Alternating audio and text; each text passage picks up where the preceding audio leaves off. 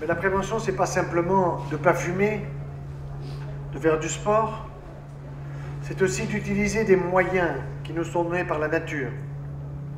Et aujourd'hui, c'est vrai que les abeilles sont la sentinelle de l'environnement.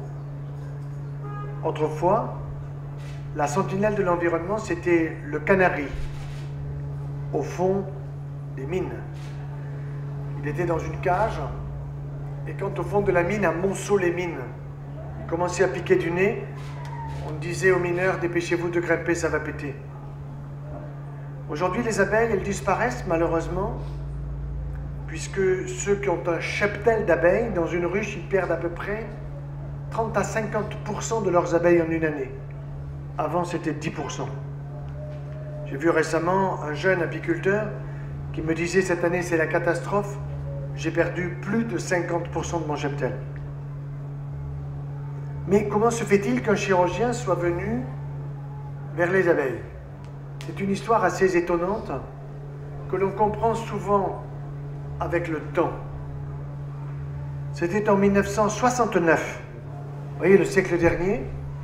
J'étais jeune chirurgien en coopération au Maroc et arrive en consultation un jeune qui avait mon âge, 25 ans, 26 ans, et qui avait une fracture du col du tiers inférieur du fémur, et cette fracture, qui était ouverte, était suppurée.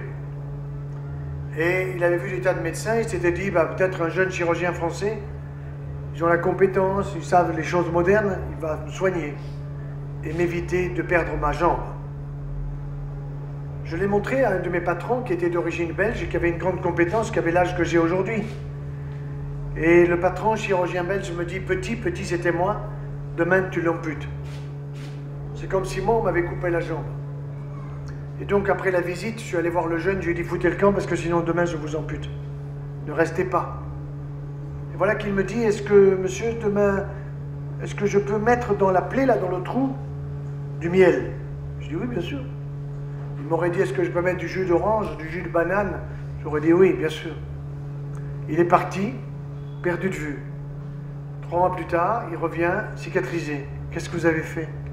Ben, j'ai fait ce que vous m'avez dit. Je vous ai dit quoi? Vous m'avez dit de mettre du miel. C'est lui qui l'avait dit, c'est pas moi. Il avait dû mettre du miel et de la propolis. Un miel qui n'était pas vraiment purifié.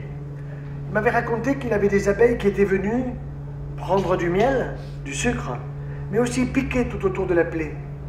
Elles étaient venues créer ce qu'on appelle l'apipuncture, c'est-à-dire une stimulation de la fibre nerveuse à l'endroit de la plaie qui aide à la cicatrisation en profondeur. Aujourd'hui, on sait que le miel, pour 1 kilo de miel qui coûte 30 €, peut être utile, 30 € maximum, hein, peut être utile pour la cicatrisation. On fait des pansements au miel. Et l'un de mes collègues, qui était à Limoges, malheureusement nous l'avons perdu, a été un des pionniers dans le domaine de la cicatrisation et du miel. Miel de thym en particulier, qui a des vertus extraordinaires pour la cicatrisation comme antiseptique. Mais les produits de la ruche, ce n'est pas simplement le miel. Pour les gens, souvent, l'abeille, elle pique, elle fait du miel. Et le miel, quand on est diabétique, il y a beaucoup de Français qui sont diabétiques, il faut savoir que le diabète de type 2, le diabète acquis, il coûte à la France 10 milliards d'euros par an. 10 milliards d'euros par an. Alors les gens disent, moi j'ai du diabète, je ne peux pas prendre du miel. C'est une bêtise. On peut prendre du miel en étant diabétique. Mais du miel d'acacia ou du miel de châtaignier. Un miel qui a une quantité de fructose qui est le sucre des fruits que vous trouvez dans une pomme, dans un kiwi, dans une poire, dans un fruit frais. Pas dans un fruit sous forme de compote. Les compotes, moi je les prescris la veille du départ dans l'au-delà. La veille du départ dans l'au-delà. Vous voyez? Les yaourts aussi, la veille du départ dans l'au-delà. Quand je suis en conférence, je demande qui c'est qui a pris un yaourt aujourd'hui. Ben, pratiquement tout le monde lève la main. Et si je demande comment vous finissez le yaourt, les gens ils vous disent, je prends le pot, je mets mon doigt. Tellement c'est beau. Tellement c'est beau, mais ça vaut que dalle pour la santé. Si vous voulez avoir un cerveau de veau, suivez Danone. Et vous aurez un cerveau de veau. Il n'y a aucun problème. On sait déjà qu'en 2020, nous aurons 20 millions d'Alzheimer en France. Le miel a une odeur. Le miel, il a un goût. Or, figurez-vous que les premiers signes de l'Alzheimer ou de la maladie de Parkinson, que personne ne veut, mais dont tout le monde a peur, Dès qu'on se met à trembler un peu, on dit celui-là, il a un Parkinson. Dès qu'on a oublié ses clés ou qu'on ne sait plus comment s'appelle le petit-fils, on dit celui-là, il a un Alzheimer.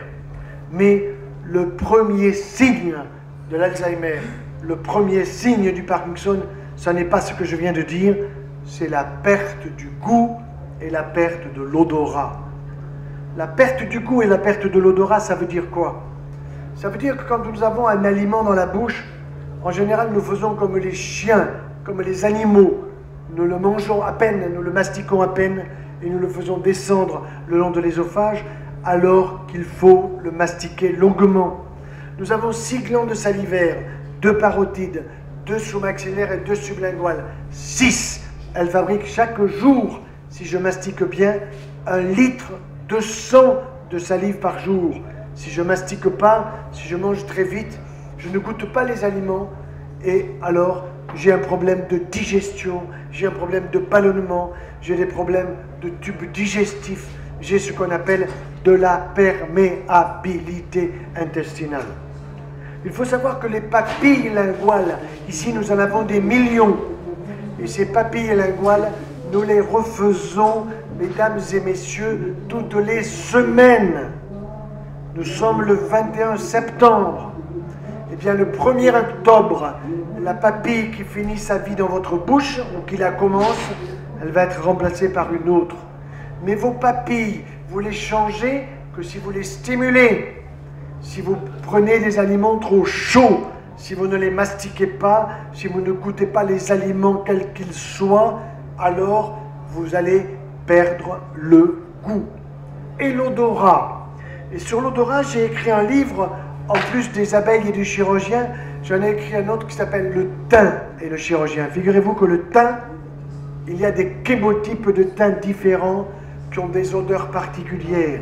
Et qu'il faut savoir différencier les odeurs de thymol, des odeurs de géraniol, des odeurs de thuyanol, qui sont des chémotypes de thym différents.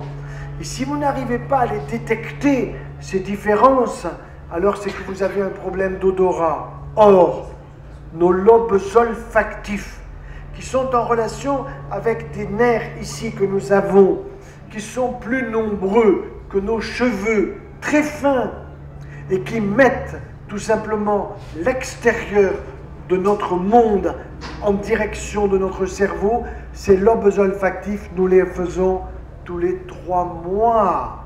3 mois. Mais si vous ne refaites pas vos lobes olfactifs, alors vous êtes dans le premier signe de l'Alzheimer.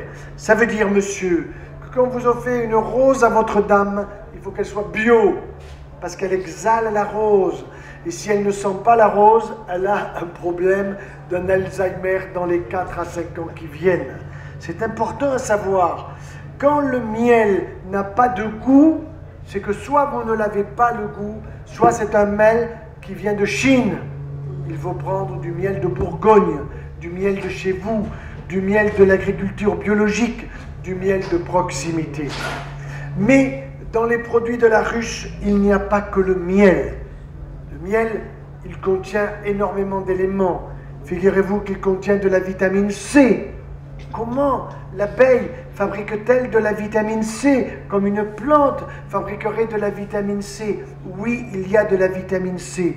Il y a toutes les vitamines du groupe B, sauf la 12, B1, B2, B6, B9, etc., qui sont extrêmement importantes pour notre système nerveux central, pour le fonctionnement de notre cerveau, pour le fonctionnement de notre habileté en tant que chirurgien, en tant qu'agriculteur, en tant qu'informaticien. Nous avons besoin de nos mains pour pouvoir être adroits et faire ce que nous avons à faire. Il y a dans le miel des oligo-éléments, il y a des minéraux, il y a du potassium pour le cœur, il y a du phosphore pour le cerveau. Il y a également des produits qui sont utiles pour l'endormissement le soir. Pas besoin d'aller chez le pharmacien pour aller chercher un régulateur, pour aller chercher chez le pharmacien quelque chose qui va vous enlever l'anxiété, qui vous empêche de dormir. Seulement voilà, quand vous avez votre cuillerée à café de miel dans la bouche, si vous l'avalez tout de suite, elle n'a aucun effet. Il faut la garder sur la bouche. Il faut la garder, pourquoi? Parce que les oligo-éléments vont être absorbés sous la langue. Donc le miel, ça ne s'avale pas d'une manière stupide comme ferait un animal, ça s'avale doucement, ça se goûte, ça se garde dans la bouche parce que les papilles le reçoivent, le perçoivent et que l'absorption des oligo-éléments pour s'endormir gentiment, c'est sous la langue. C'est pas dans l'estomac. Ce sont des choses très simples que vous n'apprendrez pas dans le cabinet de votre médecin parce qu'il ne le sait pas, parce qu'on ne le lui apprend pas. Et moi, j'ai appris les abeilles au fur et à mesure de mon expérience auprès des malades qui me renvoient, si vous voulez, les effets positifs de tout ce qu'elles peuvent m'apporter. Ensuite, vous avez la propolis. Alors, la propolis, c'est pas compliqué. Qu'est-ce que c'est? C'est tout simplement ce qui fait que les abeilles vont chercher sur les arbres, au niveau de l'écorce des arbres, ce qu'on appelle les larmes des arbres. Vous savez, cette petite résine qui est à la périphérie de l'écorce, elles l'attrapent avec leurs petites pattes, elles vont mastiquer tout cela, le mastiquer très fortement, et elles vont aller mettre au niveau de la ruche tous les petits trous qui vont être bouchés de telle façon que la ruche soit plus stérile qu'un bloc opératoire. Un bloc opératoire, je suis chirurgien au centre anticancéreux à Montpellier, c'est évidemment extrêmement propre, extrêmement stérile. Vous n'avez pas le moindre germe, vous n'avez pas la moindre mouche, la moindre particule. Eh bien la ruche, c'est encore mieux. Et si vous avez une souris qui vient s'amuser dans la ruche pour venir chercher un peu de miel, elle va se faire piquer par l'abeille, qui s'appelle la reine, elle va mourir, et elle va être enrobée de propolis, comme les pharaons, pour ne pas pourrir. Pourquoi? Parce que la propolis, c'est un produit antiseptique, antibiotique, antiviral, anti-inflammatoire et anesthésique. Quand vous allez chez un dentiste, et que le dentiste vous dit « je vous arrache une dent, je vous fais des soins », et tout ça n'est pas toujours très amusant. Quand vous sortez de chez lui, vous avez une ordonnance, antibiotique et cortisone. C'est vrai, mais ça coûte cher, ça coûte cher, et ce n'est pas utile. Parce que la cortisone, ça réduit votre immunité. Parce que les antibiotiques, ça déglingue votre tube digestif. Alors, Madame Touraine, ministre de la Santé qui ne connaît rien à la santé, comme d'habitude, eh bien, elle ferait bien de nous écouter parce que, avec les abeilles, je vais lui faire une économie. Le produit qui permet la cicatrisation d'une plaie difficile, il coûte 350 € le kilo remboursé par la Sécu. Le miel, 30 € non remboursé par la Sécu. La propolis, elle est utile lorsque vous avez une brûlure au niveau de l'ésophage, au niveau de l'estomac.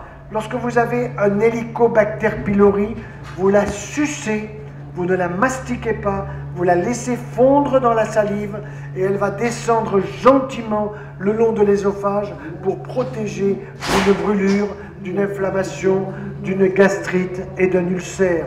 Vous allez chez un gastro, il va vous prendre une consultation, il va vous descendre un tube gastroscopie, alors que tout simplement, il faut que vous preniez de la propolis, 2 à 3 comprimés par jour, pas plus, qui vous coûtent quasiment que dalle, que vous allez sucer comme un bonbon, qui vont calmer votre douleur et vous n'avez pas besoin d'aller voir un spécialiste. Évidemment, étant chirurgien et cancérologue, je ne suis pas pour dire que les abeilles vont guérir du cancer. Il ne faut pas être un taliban de ces choses-là. Mais il faut dire qu'il y a, grâce aux abeilles, des produits qui sont utiles pour notre santé et qui correspondent à une économie d'une manière générale. La propolis, vous pouvez la mettre sur une plaie. Si vous avez par exemple une petite plaie au niveau du doigt, encore récemment, je voyais une maman qui s'était blessée au niveau du doigt et elle me disait ben, « Vous savez, docteur, j'ai vu le médecin, il m'a dit « Il vous faut aller au bloc opératoire, on va vous mettre des points. » Je dis « Non, madame, vous n'avez pas besoin de des points. Vous avez besoin de mettre un petit peu de miel et de propolis, de bien fermer la plaie dans un bon pansement et vous enlevez ça dans 3 jours. Vous le laissez tranquille pendant 3 jours et dans 3 jours, ça sera quasiment cicatrisé. Il n'y a pas besoin d'aller aux urgences pour mettre des points. Ce sont des choses qu'on pourrait faire passer à la télévision à 20h30, après les nouvelles, à la place de Darty, dont on n'a rien à foutre, rien à foutre. Seulement voilà, pour avoir 1 minute à la télé sur TF1, sur une antenne 2, il faut payer 1 million d'euros. Et les députés auxquels nous avons demandé cette minute pour pouvoir passer des messages de prévention santé, ils vous disent oui, vous avez raison, mais ils sont incapables de voter à l'Assemblée nationale ce que nous demandons pour des économies pour la santé, parce que la télé c'est du business, parce que si vous voulez avoir un Alzheimer, vous regardez la télé 3h15 par jour. À la maison, la télé, nous on l'a foutu à la porte, on l'a foutu à la cave, et le jeune, notre dernier enfant qui a 27 ans, j'ai dit tu amènes ça à la déchetterie.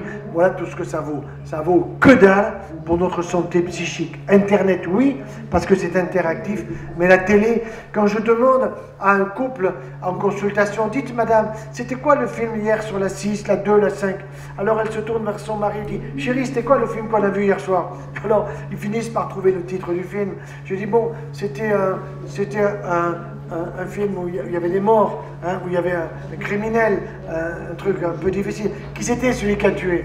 Et il vous dit, docteur, excusez-moi, on s'est endormi devant. Vous voyez, c'est donc anesthésie générale. Cette putain de télévision, il faut la foutre en l'air jusqu'à ce que nous ayons des programmes qui soient utiles à notre santé et qui ne nous prennent pas pour des consommateurs. Vous comprenez ce que je veux dire? Donc, ce que vous allez retenir, c'est que tout ce que vous dit la télé, c'est ce qu'il ne faut pas acheter. C'est ça qui est formidable. Hein? Quand on vous présente Activia, Actimerde, toutes ces choses-là, vous pouvez les laisser tranquillement, ça ne vaut rien. Donc, je reviens sur les abeilles. Après le miel, après la propolis, vous avez la gelée royale. Vous êtes fatigué. Vous êtes fatigué et vous avez l'hiver qui va arriver, vous vous dites, pourvu qu'on n'attrape pas la grippe, pourvu qu'on n'attrape pas ceci ou cela, eh bien je vais vous dire, moi je prends, comme mes petits-enfants, nous en avons 10, comme mon épouse, comme mes enfants, nous en avons 6, tous, à partir du moment où l'hiver va arriver, nous prenons ce qu'on appelle l'énergie vitale. C'est quoi l'énergie vitale? C'est un petit pot dans lequel il y a du miel, de la propolis, de la gelée royale, du ginseng, de la papaye et de la cérola. Tout ça dans un petit pot. Vous tapez sur internet apimab.com. Apimab.com. Api, c'est les abeilles. Apithérapie. Apimab. apimab.com. Et vous trouvez ce petit pot. Vous en commandez un par personne pour 1 mois. Et vous en avez pour passer l'hiver tranquille, sans antibiotiques, sans toubib, sans passer par l'hôpital, et vous allez impeccable. En général, vous voyez, moi je prends à partir du 15 octobre, donc grosso modo dans 1 mois, et jusqu'à la fin du mois de février, ça dépend un peu du climat bien entendu. Mais ce qui est sûr, c'est que vous avez là la gelée royale. Alors attention avec la gelée royale, il ne faut pas la prendre si vous avez un cancer. Pourquoi ? Parce que dans la gelée royale, vous avez des facteurs de croissance qui sont pour la croissance de la larve. Gelée royale, qui est pour destiner à fabriquer les reines, à leur donner la bonne nourriture pour une croissance exponentielle, pour avoir une croissance qui permette la fabrication de ce petit animal merveilleux qui est la reine. Et vous savez d'ailleurs, au passage, c'est assez amusant, que la reine, elle est fécondée par des mâles. Mais quand une reine est fécondée par un mâle, c'est toujours en vol, et le mâle, il meurt. Vous vous rendez compte? Si vous devriez, messieurs, féconder votre dame en vol, et que chaque fois vous cassez votre pipe, et votre femme changerait de mari régulièrement pour avoir des enfants. C'est quand même amusant tout ça. Mais c'est la réalité des abeilles. Alors, cette gelée royale, qu'est-ce qu'elle contient? De la sérotonine. Elle contient également ce qu'on appelle des neurotransmetteurs pour être éveillé, pour être en forme, pour reconstituer vos globules rouges quand vous êtes un peu à plat. Si vous devez faire le Ventoux en vélo comme moi, soit dimanche, ce demain, soit la semaine prochaine, eh bien vous prenez la gelée royale, ça vous fait monter votre taux de globules. C'est pas du dopage comme le Tour de France où eux ils prennent des dopages pour pouvoir avoir un taux de globules rouges très élevé et monter le Ventoux en 1 heure. Moi, j'ai 3 fois l'âge du Tour de France, donc je mets 3 heures, ce qui est normal. Mais en vélo, qui n'est pas du vélo électrique. Mais la gelée royale peut vous aider. Cette gelée royale, c'est des toutes petites quantités, c'est même pas une cuillerée à café, c'est une cuillerée à moka, donc toute petite. Vous pouvez en donner à l'enfant une fois par jour, avant de partir à l'école. Il va mieux réussir, il va écouter la maîtresse, il va revenir. Papa, la maîtresse, elle m'a dit, maman, la maîtresse ou le maître, ils m'ont dit. Donc, élément important de la stimulation du système nerveux central et de la zone de l'hippocampe, qui est la zone de la mémoire. Alors, figurez-vous que, comme je vous l'ai dit, dans la maladie d'Alzheimer, c'est la mémoire qui flanche. Où elle se situe, la mémoire, dans mon cerveau? Elle se situe dans une zone qui s'appelle l'hippocampe.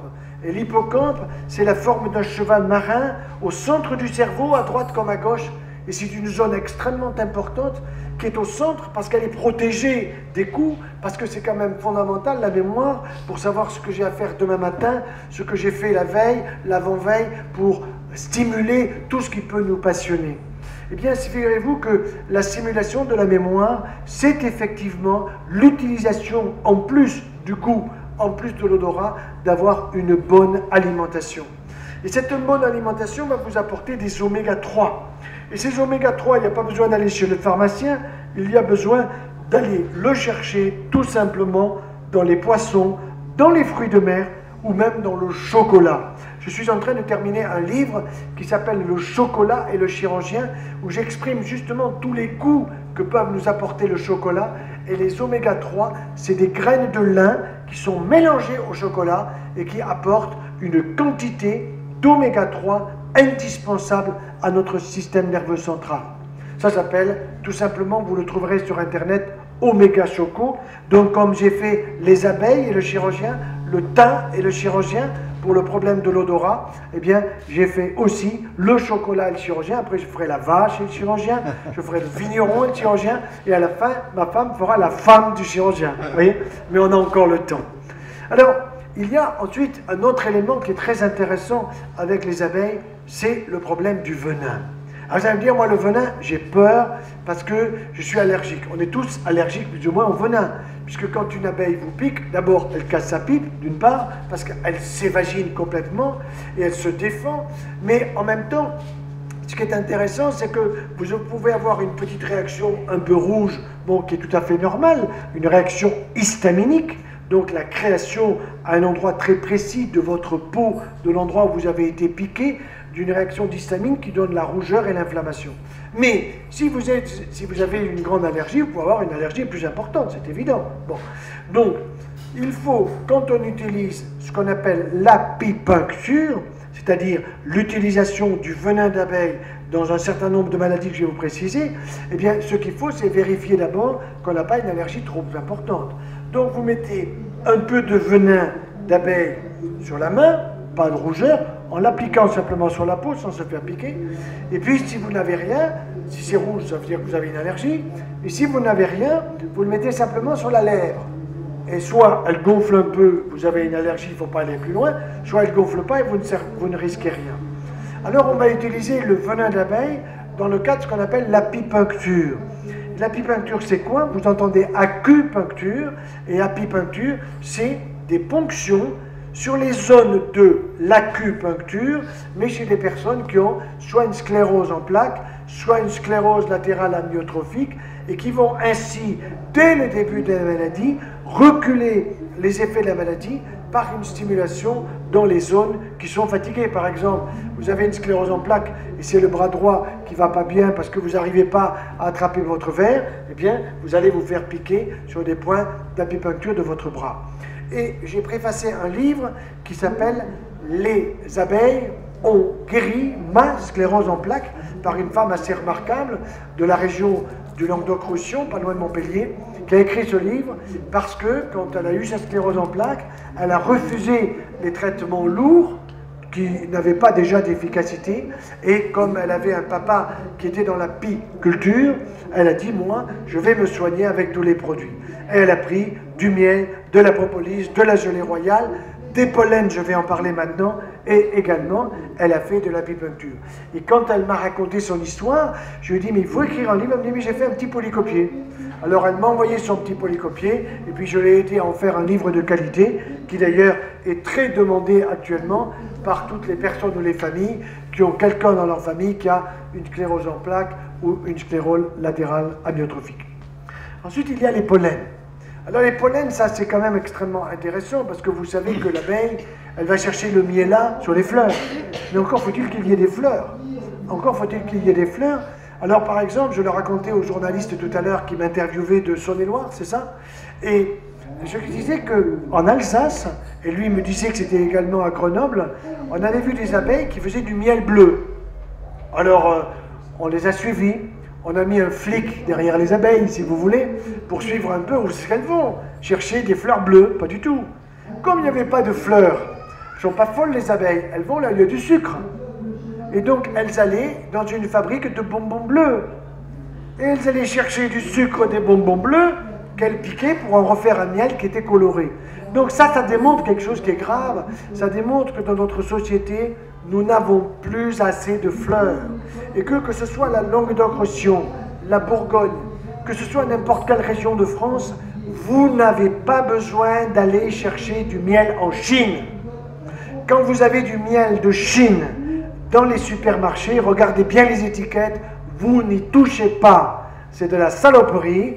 Vous avez en plus du sucre qui a été ajouté. C'est du miel souvent qui a été chauffé. Il faut le refuser. Vous devez connaître l'apiculteur de la famille. Il y a des apiculteurs en Bourgogne, j'en ai rencontré plusieurs, je ne saurais pas vous donner les adresses, mais vous en avez certainement à 10 ou 20 km autour de vous. Cherchez et vous trouverez. Et vous leur dites, je veux mon kilo de miel par mois, par semaine, je n'en sais rien. Je veux mes pollens. Et quand vous avez par exemple les pollens, vous avez le pollen de saule, le pollen de cyste, vous avez le pollen de châtaignier. Et si vous avez un début, à partir d'un certain âge, de dégénérescence maculaire liée à l'âge, qui s'appelle la DMLA, eh bien c'est le pollen de saule. Et le pollen de saule, c'est une cuillerée à soupe matin et soir. C'est comme si en plus vous consommez des kiwis. Si vous consommez des kiwis, vous avez de la lutéine qui est indispensable pour la rétine.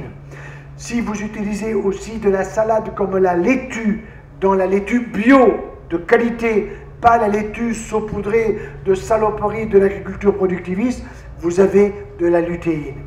Laitue, kiwi, pollen de saule, voilà des éléments utiles à ma santé que Madame Touraine ferait bien d'écouter. Seulement, elle se dit socialiste, d'accord, mais elle est dépendante des laboratoires pharmaceutiques et elle est à genoux devant eux parce que, évidemment, ils sont là pour exploiter le système. Plus il y a de malades et plus ils sont contents. Mais ils ont observé aussi une chose, c'est qu'il y a plus de bien portants que de malades. Alors qu'est-ce qu'on fait?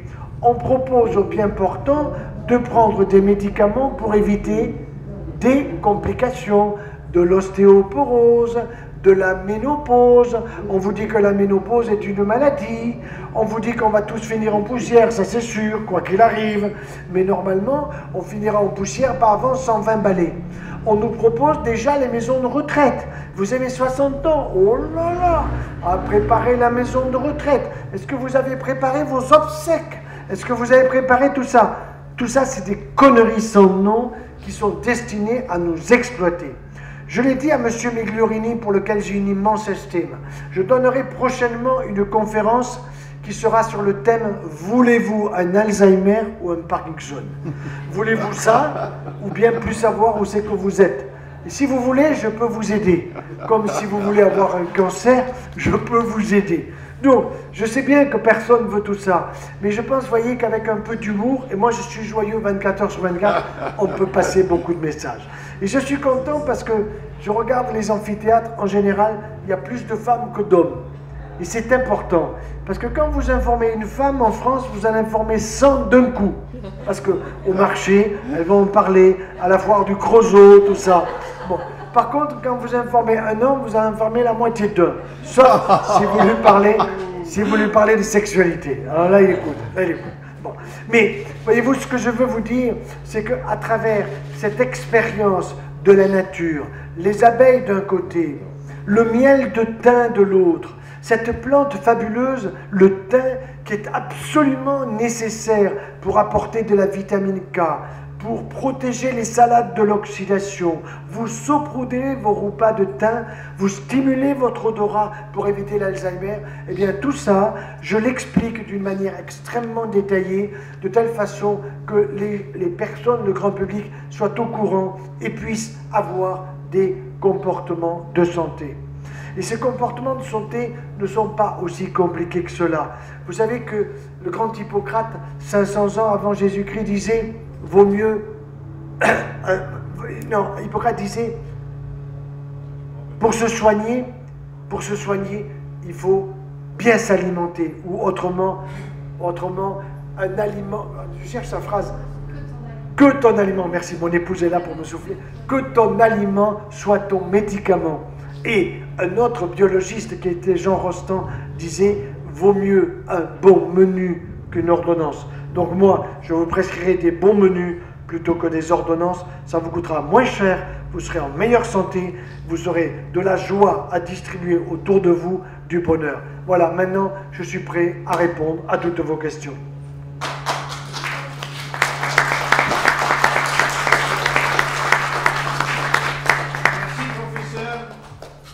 Des questions.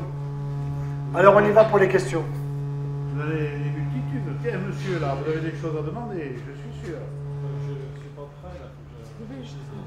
Ah bon. Ce que j'ai apprécié, c'est que par rapport à la dernière conférence, vous avez insisté sur les produits bio. Oui. Le professeur qui est passé il y a 3 jours, il a parlé des bons repas, mais… Qui c'est qui vous a dit ça? Non, il n'a pas parlé des bio, c'était… Ah, qui est passé, oui. Ah, il n'en a pas parlé. Oui, mais il est très bio, je connais, oui. Oui. Il n'en a pas parlé. Ah non, non, moi je peux vous dire, aujourd'hui c'est agriculture biologique de proximité. Non, si on vous donne des figues sèches de Turquie, d'accord? Figues sèches de Provence, ok. Et miel bio de Chine, renvoyé aux Chinois, d'accord? Il faut du bio de proximité, parce que sinon il y a des tricheries monumentales, ça c'est évident. C'est évident. Alors, question suivante. Madame, attendez, je n'entends pas parce que je ne sais pas pourquoi ça… Venez voir, ici. Il y a un bruit permanent, c'est quoi ça? Ah, ça? Et dès que j'approche… Madame. Alors, on dit qu'on ne peut pas donner les premiers mois à cause du risque de botulisme. C'est faux. C'est vrai parce que… C'est faux et c'est vrai, je vous explique. C'est vrai si vous prenez un miel dont vous ne connaissez pas la provenance. Vous voyez? Parce que, effectivement, le botulisme pourrait venir de miel de Roumanie, de miel qui n'ont pas été vraiment correctement travaillés et contrôlés, ou alors d'un miel d'un apiculteur qui est en train juste de s'y mettre et qui n'a pas véritablement les coordonnées, ou si vous voulez, la bonne présentation, la bonne préparation des miels. Mais à partir d'1 an, vous risquez plus rien. Mais un enfant qui ne dort pas, vous savez que le matin, une maman qui a un bébé, vous lui dites « est-ce que la petite a fait sa nuit ?» Exemple. L'été dernier, nous avons une petite fille qui s'appelle Élise. Bon, on était en vacances dans les Pyrénées, donc le matin, on disait à la maman « est-ce que Élise a fait sa nuit ?» Et la maman, à sa tête, elle n'avait pas fait sa nuit, quoi. Parce qu'elle s'était levée 4 fois, machin. Bon. Alors j'en ai eu marre, je lui ai dit « passez-moi la petite Élise le soir ». Alors j'ai pris la petite Élise, elle avait à peine 7-8 mois, et puis on lui parle à l'enfant. Elle comprend. Et je lui ai expliqué tout doucement que j'allais lui donner un petit peu de miel sur une petite cuillère. Je lui ai montré que moi j'en prenais d'abord, j'ai fait comme ça, et puis je lui ai dit toi tu vas prendre un peu comme moi, et puis j'ai commencé à voir des lèvres qui faisaient comme moi, elle imite. Bon, et puis ensuite je lui ai mis le petit peu de miel sur les lèvres, et elle a goûté, elle a fait une petite grimace. Non, c'est pas une grimace, pour elle c'est nouveau, parce que les papilles sont sur les lèvres de l'enfant. Bien, et le lendemain, est-ce qu'Élise a fait sa nuit? Elle avait fait sa nuit. Vous comprenez? Grâce aux abeilles. Pourquoi? Parce que, 1, elle a goûté sur les lèvres, et que 2, ça a été absorbé au niveau de sa langue. Vous voyez? Ça, c'est très intéressant, plutôt que de donner des gouttes de je ne sais pas quoi pour endormir l'enfant qu'on trouve chez le pharmacien. Alors, il y a des pharmaciens souvent qui ne sont pas contents, mais dans mes conférences, ils sont au premier rang et ils sortent les premiers. Madame. Est-ce qu'on peut utiliser le miel dans des tisanes? Oui, bien sûr. Alors, le seul problème, c'est que votre tisane, quand vous ébouillantez votre tisane, si vous voulez, il faut pas, ça serait dommage de l'ébouillanter parce que vous allez abîmer. Mais par exemple, vous avez un peu d'hypertension. Vous êtes stressé par le monde actuel, etc. Et vous dites, je vais aller voir un cardiologue. Le cardiologue, il va vous donner un traitement qui vous met à genoux. Parce que vous avez 15 de tension, il vous passe à 11. Vous êtes crevé, quoi. Avant d'aller voir le cardiologue, vous faites des tisanes de feuilles d'olivier. Vous prenez des feuilles d'olivier séchées dans les magasins bio et vous prenez une cuillère à soupe bien tassée, une eau frémissante et vous mettez vos feuilles d'olivier. Bon, vous trouvez que c'est un peu amer, pas de problème. Vous mettez une petite cuillerée de miel, vous sucrez et vous dégustez ça sans aucun problème. Et puis vous allez vous rendre compte que vous régulez votre tension artérielle. Alors les cardiologues, ils n'aiment pas quand je dis ça, parce que je leur enlève des clients. Je dis, vous êtes débordés pour avoir un rendez-vous chez un cardiologue, il faut attendre 3 mois. Le temps d'avoir 3 fois un infarctus. 6 mois. Bon, alors donc, voyez, allez voir les oliviers, ça ira plus vite. Question suivante. Madame. De brûlure. Ouais. Oui, l'inexium. Mettez-le à la poubelle. Vous allez chez le magasin bio et vous achetez Propolisant. C'est le fils à côté? Alors, monsieur, vous marquez Propolisant, P-R-O-P-O, Propolisant, L-Y-S-A-N. Et vous donnez à votre maman 4 comprimés par jour à sucer. Surtout, madame, vous ne croquez pas. Vous le sucez bien, la salive va arriver et ça va descendre le long de l'ésophage, ça va vous calmer vos brûlures. Oui, le matin, un le matin, un à midi, un l'après-midi, un le soir. 4 par jour. Comment? Ça peut être avant le repas, après le repas, quand elle veut. Elle verra l'efficacité très vite. Tu veux dire quelque chose? Oui, alors évidemment, vous prenez des yaourts? Bon, très peu, alors pas du tout. Pas du tout, pas du tout. Vous arrêtez les yaourts, vous les donnez au chat. Au chat. Vous donnez au chat. Non, non, vous prenez pas de yaourt, vous prenez un peu de fromage de chèvre ou de brebis. Voilà, chèvre ou brebis. Question suivante. Madame. Oui, alors dans un livre qui va sortir 7e édition, ou 6e, je ne sais plus, il s'appelle Changer d'alimentation, édition du Rocher. Il sort à la fin du mois. Édition du Rocher comme un rocher. Madame.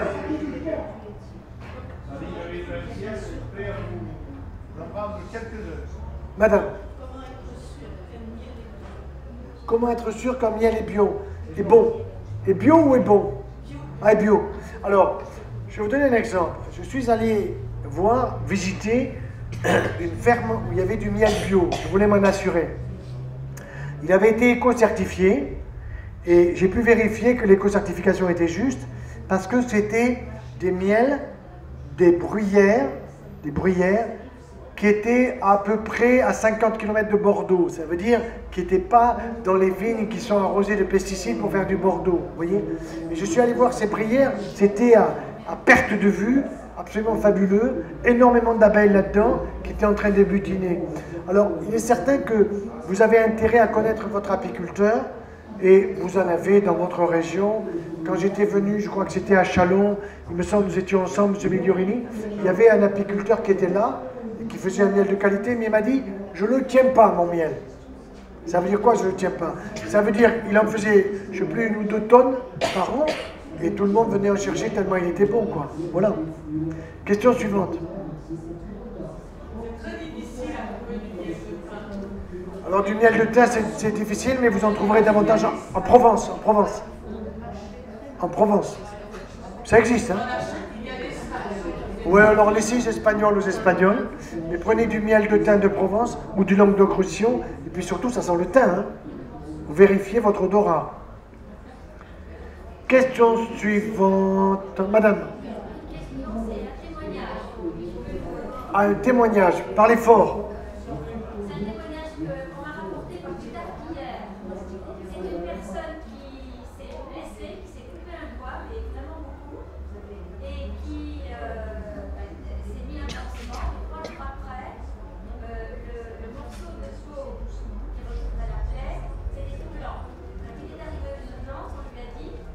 moi est morte. Mais bon, plutôt que de l'envoyer à la clinique de la main à Dijon, il lui a dit on va tenter quand même quelque chose. Et il lui a mis plusieurs choses pour le sauvage. Il lui a mis du miel.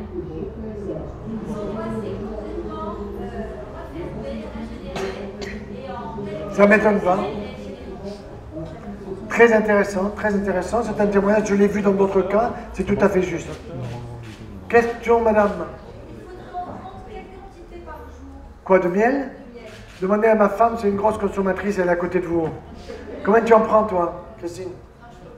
Tu peux pas le dire. Tellement elle en prend beaucoup.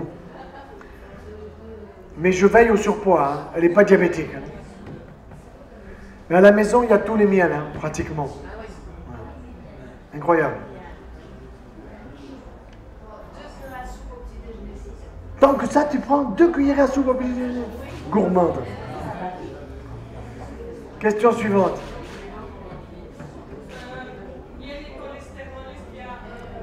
Non, vous pouvez prendre du miel, ça ne vous montera pas le cholestérol. Par contre, madame, arrêtez les statines, donnez-les aux chats. Les statines. Vous en avez des statines? En général, on prescrit un hypocholestérolémiant.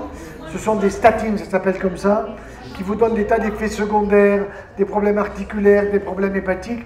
Et on a tendance à en donner un peu très très facilement. Non, vous n'avez pas besoin pour baisser le cholestérol, 4 à 6 fruits frais par jour. Pas les pommes au four. Levure de riz rouge. Ou levure de riz rouge, oui. C'est parce que c'est le contraire. J'ai été élevée pratiquement au miel. Ben c'est bien. Oui, mais je mange très gras, je mange beaucoup de Ah mais madame, vous mangez trop gras, ça va pas ça. J'ai le minimum du mauvais cholestérol. Oui d'accord, mais vous mangez quand même un peu trop, non? J'aime bien manger, je préfère manger fumé. Oui, vous avez raison. Mais on peut faire des choses encore plus sympathiques. Mais vous n'avez pas de surpoids. Je sais pas. On en reparlera. Question suivante. Ah, madame. Alors, pour l'arthrose, la première des choses à faire, c'est de supprimer les produits laitiers, madame. 100% des produits laitiers. Hein. Ça veut dire vous supprimez le beurre, le yaourt, le fromage, le lait, les crèmes glacées, les crèmes brûlées. Vous remplacez une petite portion chèvre ou brebis. Les petits chèvres, pas la bûche. Dans la bûche, vous avez 20-25% de lait de vache. D'ailleurs, quand les gens prennent du fromage de chèvre en bûche, ils mangent la moitié de la bûche. Parce qu'elle a moins de goût. Alors que si vous prenez du vrai chèvre, il a du goût. Et vous finissez par un verre de Bourgogne. Bio, bien sûr. Et rouge. Plutôt rouge. Plutôt rouge. Mais vous avez tout ce qu'il faut en Bourgogne. Même tout à l'heure, j'ai mangé des huîtres. Fabuleuses. Je ne sais pas où ils les trouvent, les huîtres, mais elles sont bonnes. Hein. Oui, bien sûr. Elles étaient très bonnes. Question. Les jeunes là-bas. Pas de questions? Contre les yaourts? Ah, ça fait plaisir. J'attendais la question. Alors, madame, vous avez des jolies dents, je les vois de là. Hein. Vous n'avez pas un dentier? Bon, tant mieux. Alors, je vous explique. Est-ce que vous mastiquez un yaourt? Non. Le yaourt, normalement, vous le prenez, vous l'avalez vite. À la fin, le doigt, d'accord? Bon, ça a bon goût. C'est très malin. C'est destiné à ce que vous en consommez un deuxième. Bon, vous ne le mastiquez pas, donc ça ne vous fait pas fabriquer de la salive. Alors on vous dit, si vous avez du ballonnement, prenez-en un de plus parce qu'on vous met des ferments lactiques dedans. Ça va augmenter le ballonnement. Je vous donne un exemple très précis. Un jour, une jeune femme vient me voir comme président des familles de France. Alors la jeune femme de chez Danone, tout ça évidemment, elle arrive mini-jupe, mignonne, hein. Elle sait ce qui est mignon pour nous. Bon. Elle me dit, monsieur le professeur, je viens vous présenter le dernier yaourt pour la santé. Ah bon, vous avez des preuves? Bien sûr. Alors elle ouvre son ordinateur et elle me présente un diaporama avec des expériences chez le rat, chez le cochon d'Inde, etc. Avec les yaourts pour la santé, avec des histogrammes, enfin des choses scientifiques assez précises. Bon. Moi j'écoute avec beaucoup d'attention et de courtoisie et à la fin je lui dis, mais je vais dire quoi à ma famille pour la santé, à mes amis, à mes malades, puisque c'est pour prévenir les maladies. Elle me dit, vous allez leur dire qu'ils vont tous avoir la peau douce. Je lui dis, là ou là? Alors elle me fait de la tête aux pieds. Bon, mais alors, ma femme va avoir la peau douce de la tête aux pieds, moi aussi, la grand-mère, tout le monde, la tête aux pieds, la peau douce. Je dis, mais combien il faut en prendre par jour? Elle me regarde, très sérieusement, elle me dit, 4. Ah bon? Quand? Un au petit déjeuner, un repas de midi, un repas du soir, et un va dans la faire dodo. 4. Je dis, mais pendant combien de jours pour avoir la peau douce? Ah ben, vous voyez, on a fait chez le rat, chez le cochon d'Inde, chez la souris, tout ça. On a fait le calcul, l'extrapolation. Les ordinateurs, ils ont donné la réponse 70 jours sans s'arrêter. J'ai calculé 4 x 7, 28, 280 yaya et j'ai la peau douce. Formidable. Alors je dis, bon, c'est bon, alors 280 yaya, j'ai la peau douce. Et 70 jours après, je m'arrête. Et là, elle me regarde comme si elle était en deuil. Elle me dit, mais monsieur, en 10 jours, vous flétrissez. Alors, j'ai écrit au patron de Danone, parce que des malades m'avaient dit que le yaourt était déjà à la télé, en publicité. Et ils voulaient avoir mon nom pour que tout le monde en consomme pas 4, mais 5. Vous comprenez? Bon. Eh bien, j'ai écrit en disant que s'ils continuaient, moi, je faisais un procès. Parce que ce sont des allégations nutritionnelles fausses. Activia, c'est de la merde. Actimel, merde, c'est de la merde. Tout ça, ça vaut que dalle. Sauf, je vais vous dire quand est-ce que je prescris le yaourt. Je vous l'ai dit déjà. La veille du départ dans l'au-delà. Hein? Or, vous êtes loin du départ dans l'au-delà. Oui, monsieur.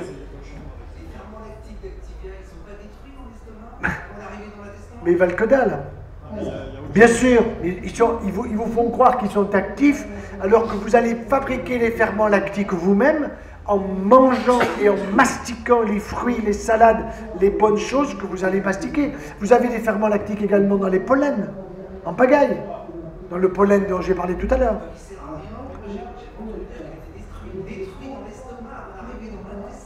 De toute façon, ils vont être détruits dans l'estomac, ils n'arriveront pas dans l'intestin, mais même dans l'estomac, ils vont vous donner du ballonnement.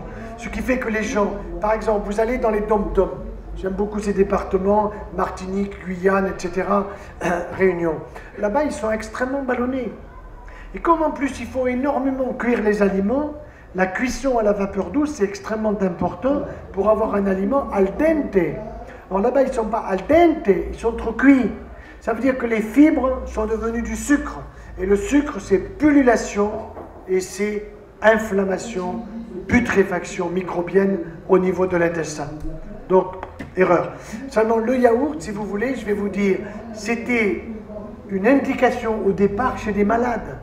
Les gens qui étaient fatigués après une intervention chirurgicale, on leur donnait un yaourt, bon, avec du sucre, on faisait une petite montagne de sucre dessus, bon, ça faisait plaisir.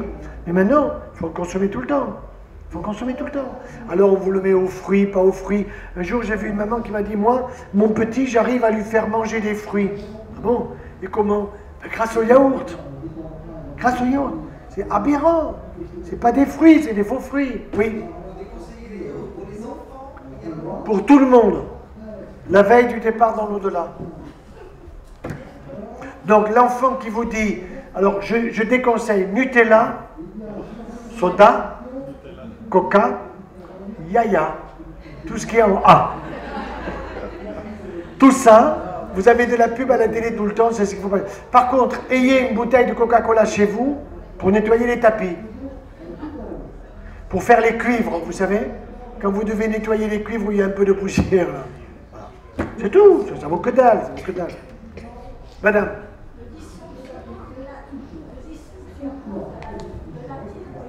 Le dysfonction de la thyroïde, c'est un problème de thyroïdite dite de Hashimoto, très souvent par une utilisation, une consommation excessive de produits laitiers. Parce que vous avez dans le produit laitier des protéines qui sont transporteuses de l'iode ou au contraire qui le transportent mal, parce que souvent, les vaches, quand on va les traire, on nettoie le pis de la vache avec de la bétadine. Il y a quelques gouttes qui tombent dans le pot, et c'est de l'iode. Il peut y en avoir trop ou pas assez. C'est pour cette raison que je déconseille, sauf si vous avez la vache dans le jardin. Alors il n'y a pas de problème. Vous allez traire la vache, et comme autrefois, vous faites bouillir le lait, vous avez la crème épaisse sur le lait, ça c'est très bon. Mais aujourd'hui, 24 milliards de litres de lait, 24 milliards de litres de lait, qui passe à ultra haute température, ça veut dire 140 degrés, 3 ou 4 secondes. Vous ne détruisez pas les facteurs de croissance, donc vous avez de l'arthrose, votre question que vous aviez. Et je vous donne un exemple très précis. L'un de mes frères, qui a 2 ans de plus que moi, avait une arthrose, une coxarthrose bilatérale. Ça veut dire qu'il souffrait ses 2 hanches, quand il marchait, il avait mal. Bon, je lui ai fait faire une radio, je vais montrer ça à un collègue orthopédiste qui me dit ben, tu sais, ton frère, il doit avoir mal. Effectivement, il avait mal. Bon, écoute, vois-le en consultation, puis tu le conseilles. Il me dit il faut l'opérer. Très bien. Il change la hanche droite. On ne fait pas les deux en même temps. Je vais voir mon frère à l'hôpital, et puis il commence à râler. Il me dit ouais, les chirurgiens, vous êtes pénibles, il y a des cicatrices, ça fait mal, il y a des tuyaux, il y a des redons, que c'est que ça.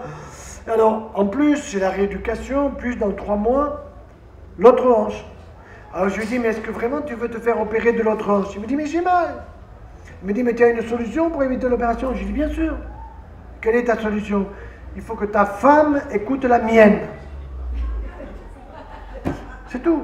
Que tu arrêtes de bouffer comme tu manges, c'est pas bouffer ou manger comme tu bouffes, vous voyez, c'est une consommation excessive de produits laitiers. Plus, j'ai écrit un livre là-dessus avec un boulanger de Cucugnan. Vous savez qu'il y avait le curé de Cucugnan, il n'y a plus de curé, mais il y a un boulanger. Et le boulanger de Cucugnan fait un pain absolument fabuleux. Et je suis invité prochainement au Mondial du pain. Le Mondial du pain qui a lieu à Saint-Étienne à la fin du mois, où je serai présent. Je donne une grande conférence sur l'avenir du pain, le futur du pain, avec le problème des allergies au gluten et des intolérances au gluten qui sont malheureusement de plus en plus fréquentes.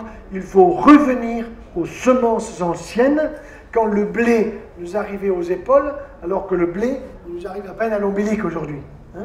Mais c'est Monsanto qui nous emmerde en mettant des semences qui ne valent rien pour notre propre santé. Ah. OGM. Dernière question, monsieur. On parlait de la consommation de la viande. Là, La viande, c'est bon pour la santé. oui, la viande, elle est bonne pour la santé. Vous avez 3 types de viande. La viande marine, c'est poissons et fruits de mer. Cuisson à la vapeur douce pour éliminer les métaux lourds. Ensuite, vous avez les viandes blanches et les viandes rouges. Viande rouge, aucun problème de manger 1 à 2 fois par semaine, de qualité. Charolais, c'est à côté de chez vous. Mais monsieur, cuisson à la vapeur douce, pas la semelle, pas trop cuit. Cuisson à la vapeur douce, ça veut dire pas au micro-ondes. Le micro-ondes, vous mettez le chat dedans, c'est tout. Bon. Non, c'est une catastrophe le micro-ondes, il faut les jeter les micro-ondes. Parce que vous cuisez très mal l'aliment, vous abîmez l'aliment. Mettez un croissant au micro-ondes, vous allez voir, il est plein de pustules, c'est effrayant. Donc, ce qu'il faut, c'est cuisson à la vapeur douce, parce que la vapeur d'eau, la chaleur, va pénétrer votre steak intégralement, alors que si vous le passez au micro-ondes, à la périphérie c'est chaud et au centre c'est froid, ça vaut que dalle. Vous voyez ? Non, viande rouge, oui, parce que vous avez un bon apport de protéines, un bon apport de fibres, mais pas trop cuit, de telle façon que vous puissiez véritablement que ça soit utile pour votre santé. Dernière question, et puis je m'en vais. Et l'eau, on nous dit buvez, l'eau. Château-la-Pompe, madame, plus Bourgogne, Bordeaux, Corbière. Un ballon, madame, un ballon, hein, pas un litron. Un ballon à la fin du repas, pour éviter la constipation. Vous savez qu'aujourd'hui, vous avez beaucoup de constipation en France. Moi, je le vois dans les aéroports, je le vois dans les gares, on le voit à la tête des gens. Ils sont constipés. J'ai un problème. Alors, ceux-là, vous voyez les yaourts dans les fesses, ça c'est très net. Quand j'ai une infirmière qui vient me voir, une nouvelle infirmière, ma surveillante me les présente. Alors, je suis sympa, mais les infirmières le savent. Je dis, mademoiselle, vous aimez beaucoup le Nutella, vous. Je le vois. Ils ont trop de surpoids, faites pas assez de sport. Vous gavez de yaya. Le faux sucre aussi, catastrophe. L'aspartame, les sucrètes, à poubelle. Très dangereux, très dangereux. Mais ils ne vous le disent pas. Alors l'eau, pour revenir à l'eau, non. Alors, à la maison, nous avons l'eau de Fraîche. Fraîche, c'était le président du conseil général. Mais elle n'était pas si fraîche que ça, tellement qu'il est parti dans l'au-delà, lui. Bon, il était monumental. Monumental. Alors que cet homme jeune était magnifique. Mais il a bouffé n'importe comment. Vraiment, c'était affreux. Il s'est fait opérer du dos, il a eu des... Mais s'il était venu nous voir, on l'aurait mis impeccable, impeccable. Et il aurait vécu 100 ans, alors que là, au bout de 69 ans, il s'est affalé dans son bureau. Comprenez? Alors, je reviens à l'eau. Nous avons l'eau avec le filtre à osmose inverse.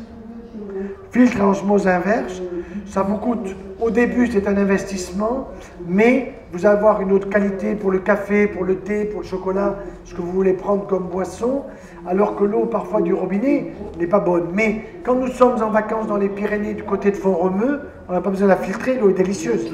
Ça dépend de là où on est. Vous voyez? Mais méfiez-vous des marchands d'eau. Hein. Vous avez des gens qui poussent beaucoup à la consommation pour des appareils qui sont très coûteux, en vous disant, en buvant ça, vous allez mourir. Enfin, tout ça, faire attention. Ce qui est important, c'est d'avoir des urines claires.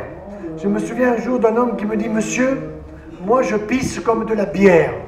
Il était content parce que quand il pissait, il faisait de la mousse. Alors, je lui dis, monsieur, vous avez un problème au foie, laissez-moi vous examiner.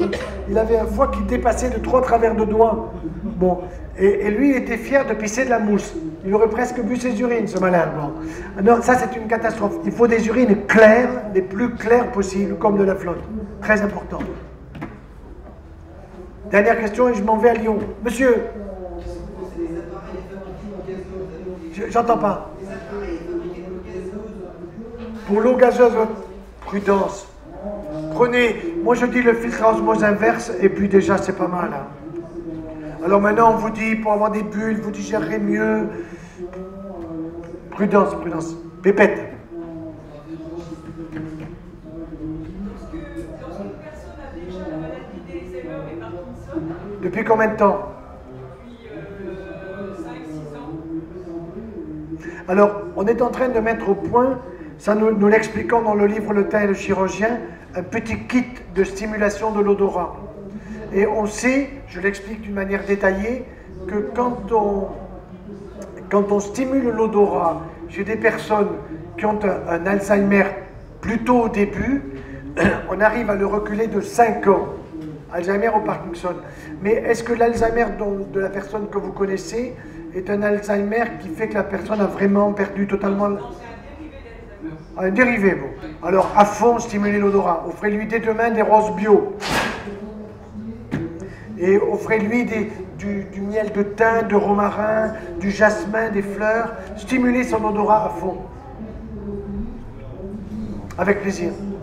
Je vous souhaite à tous et à toutes une très bonne santé. Vive la Bourgogne!